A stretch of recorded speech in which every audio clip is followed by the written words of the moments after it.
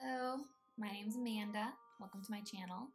I have always wanted to talk about fairy tales and how we perceive them, how they've been made for our viewer eyes, but how they were told once upon a time.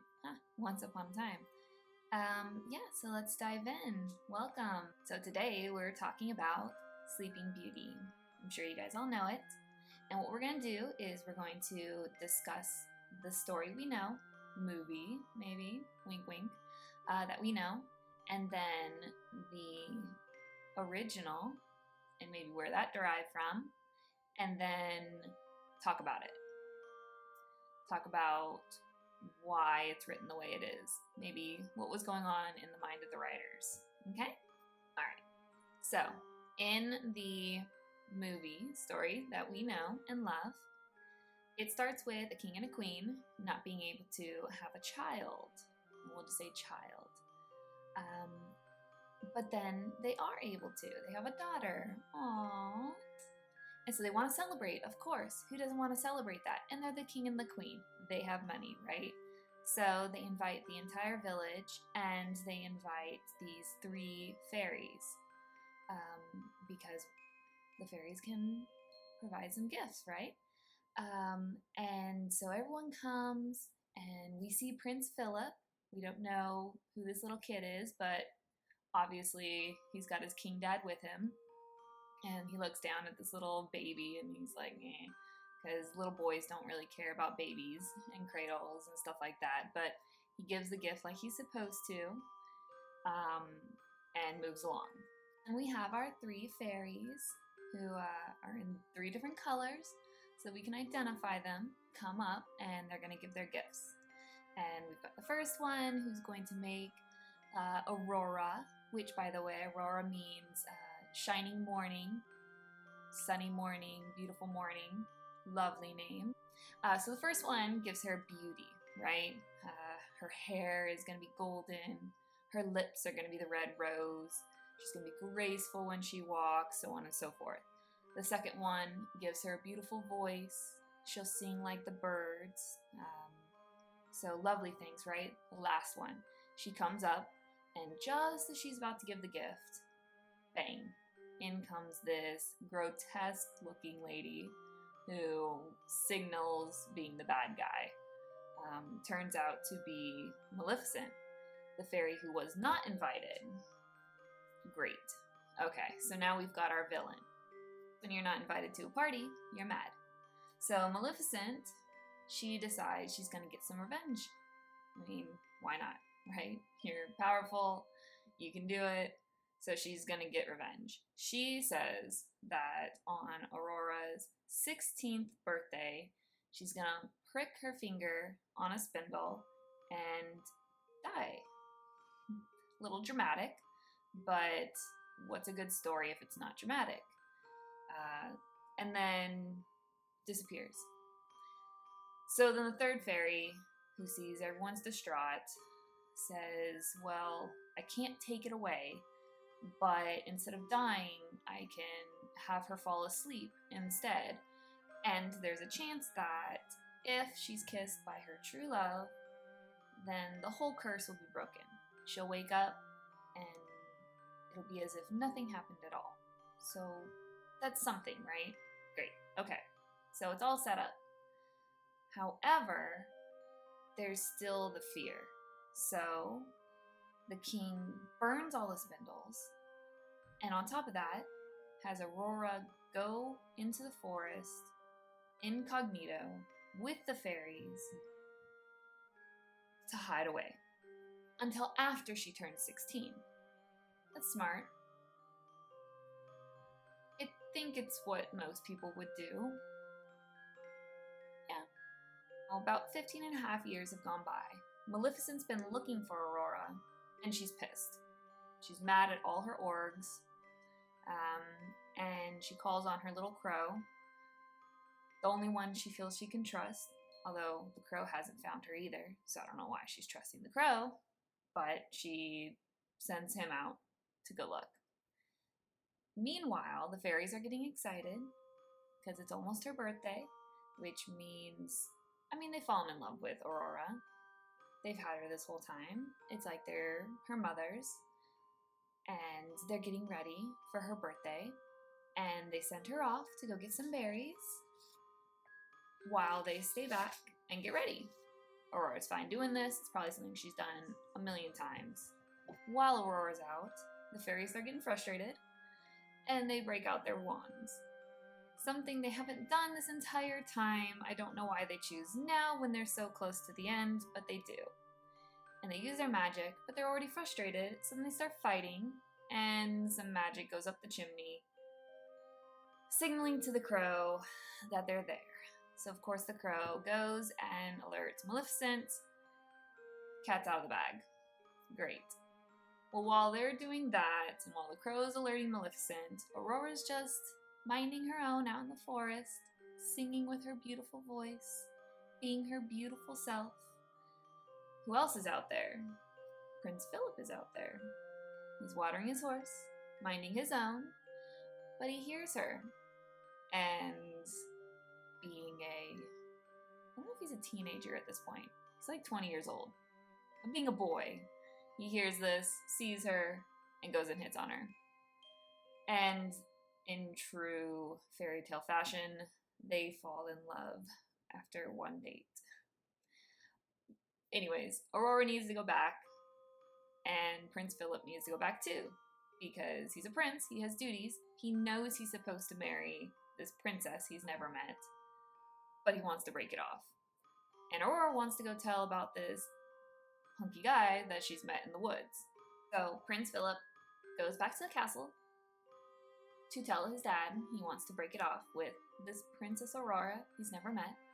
And Aurora, Briar Rose, goes back to her cottage to have a talk with her godmothers, aka the fairies.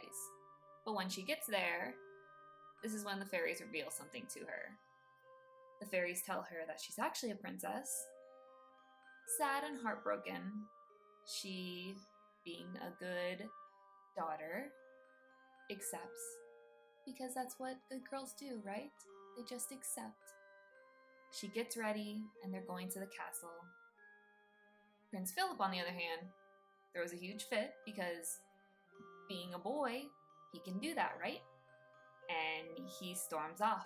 So he's not at the castle when what happens next happens. So they're all at the castle, but Maleficent knows where she is. And she sneaks in to where Aurora is, because everyone's giving her some space so she can get over her trauma, and lures Aurora up to a tower where she's magically made a spindle, and she pricks her finger just like she always was going to. Obviously, she falls asleep. The fairies run in and see her, and they scream. They're sad. They thought they had made it. We're mere hours now from her turning 16. The fairies make a decision. They're going to put everyone asleep. So they fly around, and they use their magic, and they make everyone go to sleep. They notice, though, that Philip's not there, thankfully, conveniently. And so they go searching for him. They find him locked away in Maleficent's castle, because she's got this master plan that after 100 years, she's going to keep him alive this whole time, but he's going to be old and decrepit, look like a corpse. And she's going to let him go and give that love kiss and wake her up, but she'll be young and he'll be old, and it'll be like this ultimate revenge, like it was all in her plans, when in reality it never was. She'd been looking for Aurora this whole time. But the fairies find her, and they go in, they break him out, give him a magical sword, a magical shield, and help lead him to the castle. Maleficent is not going to be deterred. She creates these huge thorn walls at the castle to block his way, but he uses the sword and the shield to protect him and cut his way through. Alright, so plan 2 is Maleficent makes herself this huge dragon, with green fire. And now he's got to fight her. All right. But it's not a problem, right? He's a prince. He's been learning how to fight his whole life. And he does it. He throws the sword. It stabs her in the heart. She falls down. He's defeated the monster. And he wins, and he's walking through all the sleeping people. And he walks into Aurora's sleeping chamber. And he sees her there laying so beautifully and asleep. He walks up to Aurora, leans down, and gives her that true love's kiss. Now, a lot of people have issues with this because of the kiss and the consent, and I'm not going to get into that too much. These videos are going to be about giving the story we know today versus the story as it was originally told, and really talking about the psychology and the thoughts of why it was written originally. I do not mind at all hearing comments down below, and I would love a lively conversation about that as long as we all keep it pretty respectful. But I did want to point out, I do know and understand that there is a lot of controversy about the consensual kiss here.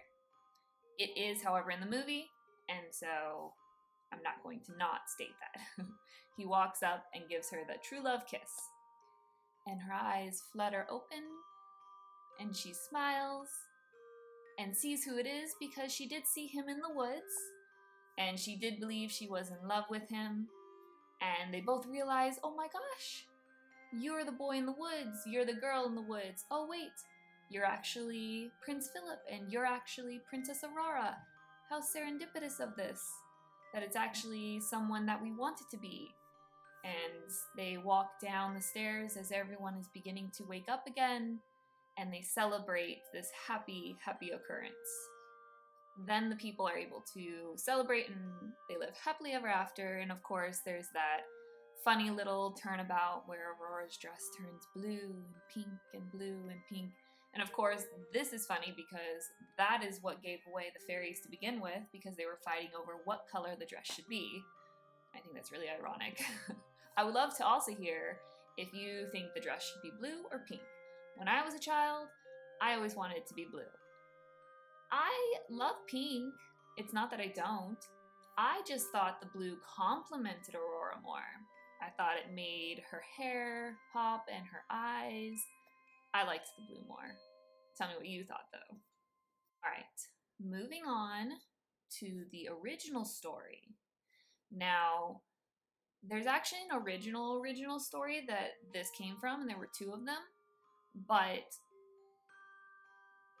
the one that we know today is based off of the Grimm brothers version. Now, these are Jacob and Wilhelm, and hopefully I'm saying that right. I will no doubt in future videos butcher people's names. I do not always get phonetics correctly, but it was the Grimm brothers. And here we go again. They're German, and so the actual name of the story was Dornroschen. Feel free to give me like the phonetics in the comments and I'll try to practice it. But the actual meaning is Little Briar Rose. And if you'll remember, in Sleeping Beauty, her incognito name is Briar Rose, which I think is really pretty as well. It's a mashup of two other stories. Basil's story, Sun, Moon, and Talia, which was written in 1636, and Perrault's, if I said that wrong, Sleeping Beauty in the Wood, which was written in 1697. Now, as the Grimm brothers' story went, the king and queen couldn't have a child. Right. The queen was visited by a frog who gave her a prediction and told her that they would have a daughter within the year. Well, the prediction comes true. The king wants to have a feast and invites the whole village, again, the whole town, the whole kingdom, and he wants to invite the wise women. because he knows that they will give him gifts. Very selfish reasons. Like, and they say this, that he knows they will give him gifts. But there are 13 wise women, and he only has 12 gold plates.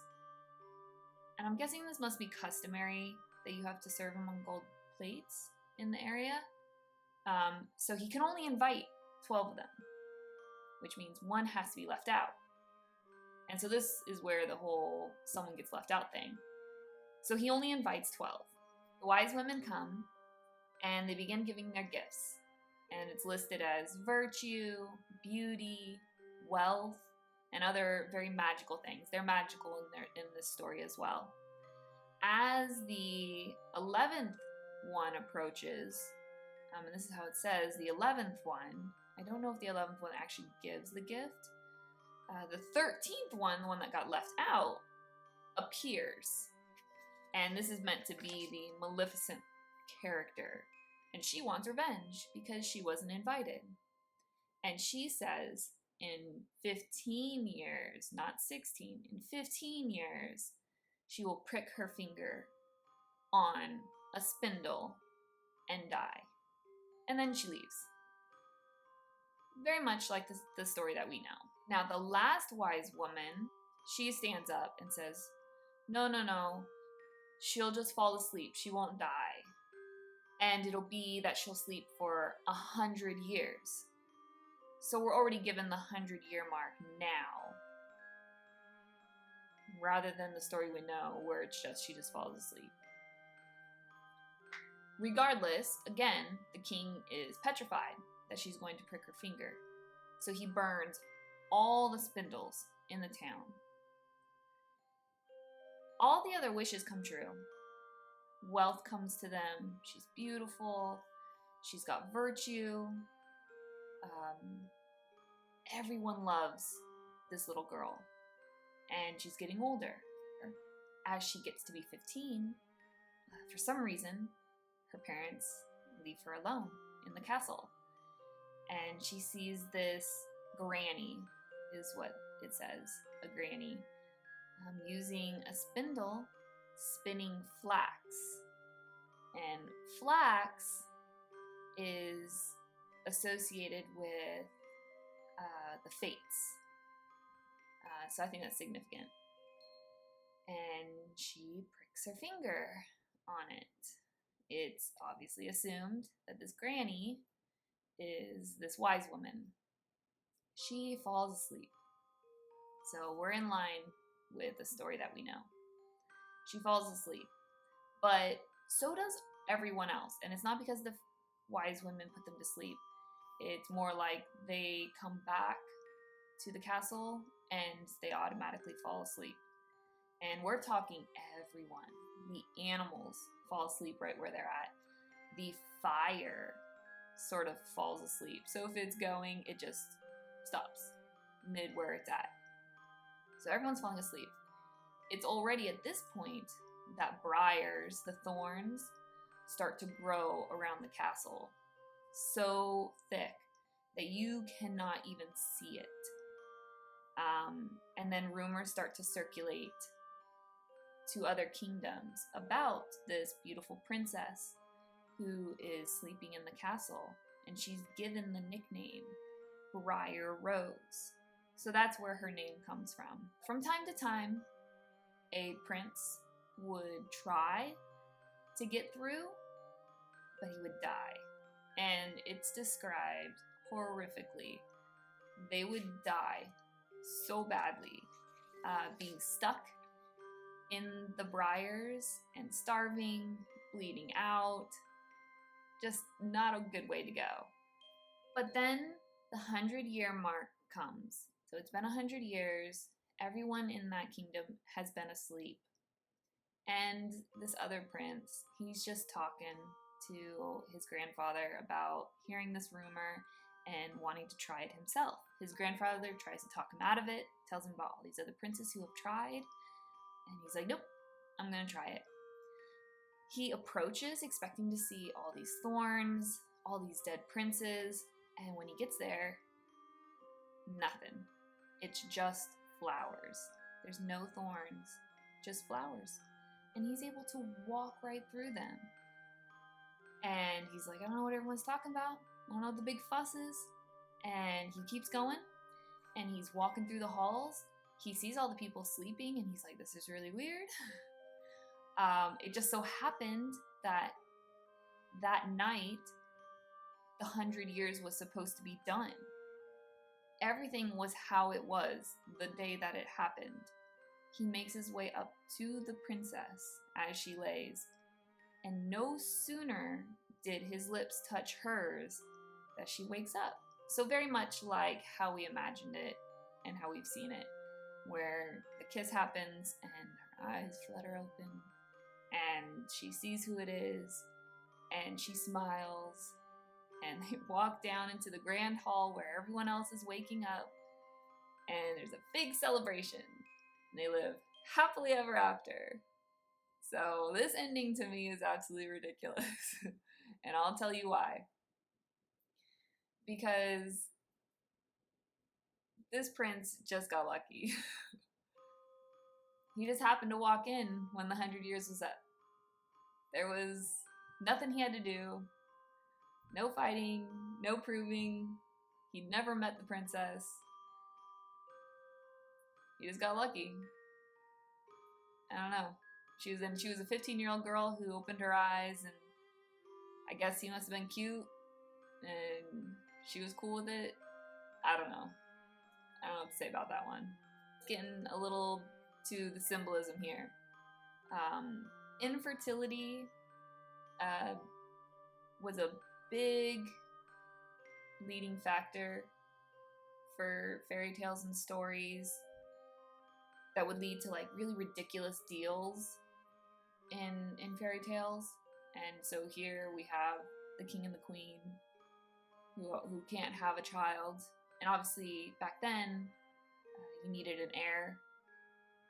You know, we all know that boys were sort of the ticket, but even a female back then, just something was vital for a kingdom. And so we have the king and the queen who are like, we need a child. And then you got a frog who just appears. But it was like not important to get hung up on the frog, because apparently before the frog, the Grimm brothers were going to use a crab or something like that. So the frog really didn't mean much. It's just that it was a talking creature, animal, which would happen a lot in fairy tales. Just an animal coming to you and telling you some sort of prediction or prophecy of something that was going to happen. Else that was really a key takeaway was that Briar Rose, was punished for her curiosity. You know, she had never seen a spindle. Think about that. From the time she was born, all spindles were burned because her father was scared she would prick her finger. You know, legitimate fear from her father for her safety, and they were all burned. So this is something she has never seen. And here a granny, which could mean, you know, an elderly woman, someone who is to be trusted, is using something she's never seen before. So she's curious. She goes to check it out. She pricks her finger, and she gets to sleep for 100 years. You know, not experiencing anything in life. That was her reward. Meanwhile, this prince kid just happens to walk up to the castle hearing about a pretty girl, and he's rewarded. It's just a reflection of the times. In Germany, by the way, that is where this story was rewritten by the Grimm brothers in the 1750s is about when it was written. So just a key takeaway there, in that she should have been keeping her eyes to herself, but he can go exploring.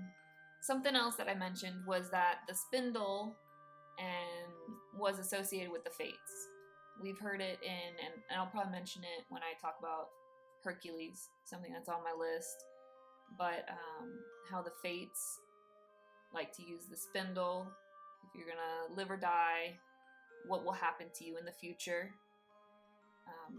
So that is used a lot in stories. The fact that the previous princes all died trying to get through the briars for a very long time. Now, we already talked about the fact that it just so happened that the 100 years were up, but I really do think that there is a symbolism here that for the time, it was a bit like being a suitor and you approached and you either made it through or you didn't. You were either going to marry the girl or you were not. And so the previous princes sort of are the suitors who were rejected. They just, nope, sorry, not happening. And so they're the ones that are dead. And then the last one, he's the one who was going to marry the princess. And so he didn't even have to do anything. He got to walk through a field of roses.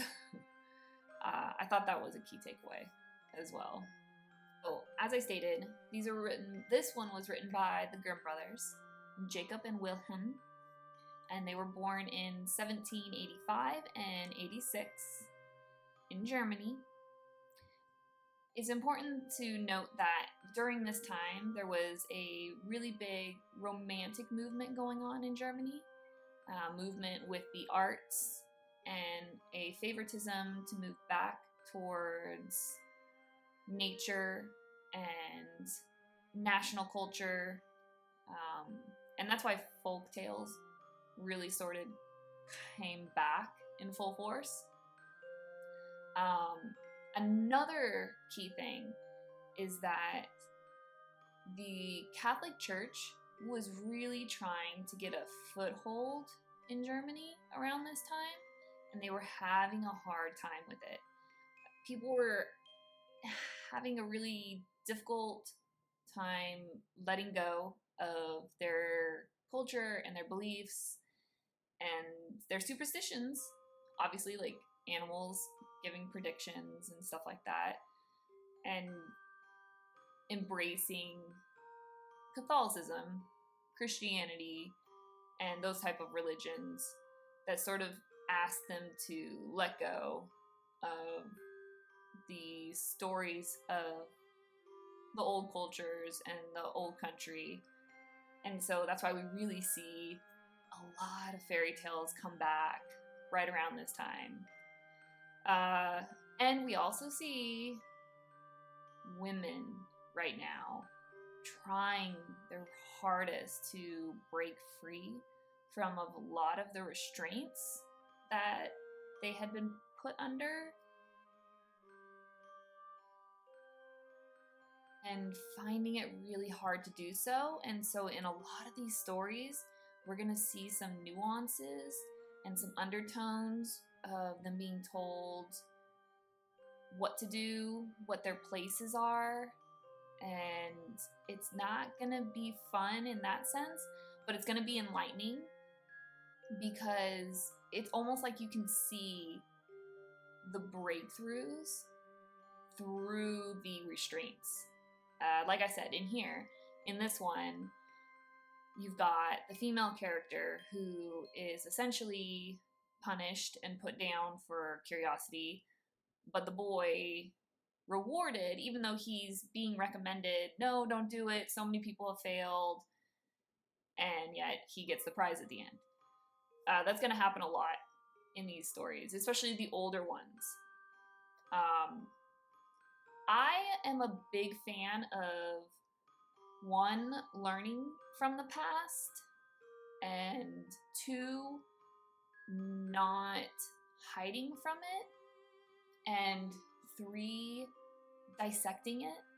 I like to talk about it, and I really hope you guys are too. Like, I hope I don't offend a lot of people by talking about it. It's never my intent. I want to have an open discussion about it. So I would love to hear ideas and concepts down below. Don't ever feel like this is a place where you can't say what you're thinking, but also don't think that this is a place where you can tell other people just straight out, I'm right, you're wrong, because I'm not going to do that to you. So keep that in mind.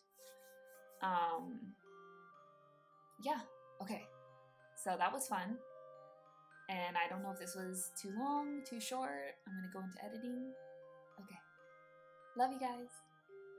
And happy trails. And never stop reading fairy tales.